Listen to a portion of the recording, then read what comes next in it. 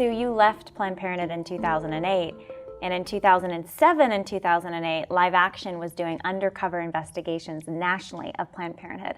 Were you aware of our investigations? I think everybody that worked at Planned Parenthood was aware. Anything that's undercover that would go into a clinic really shook everybody up.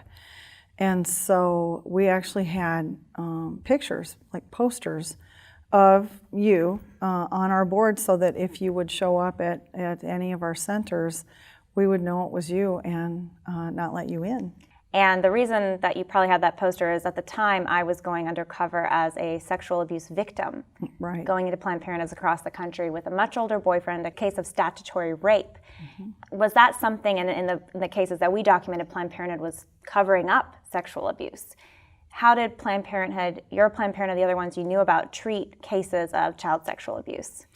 We were all required to be mandatory reporters, but if we saw a case of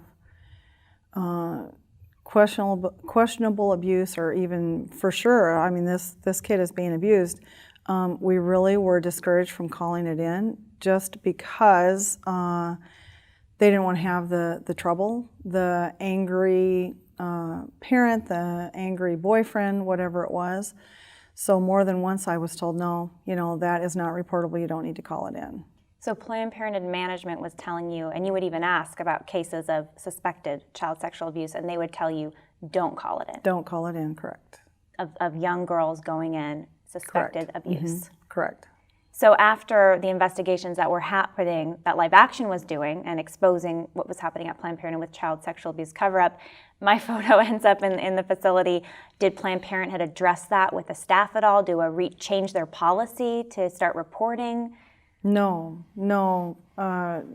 quite the contrary. I mean, I actually did call in a suspected case one time, and I got trouble for that.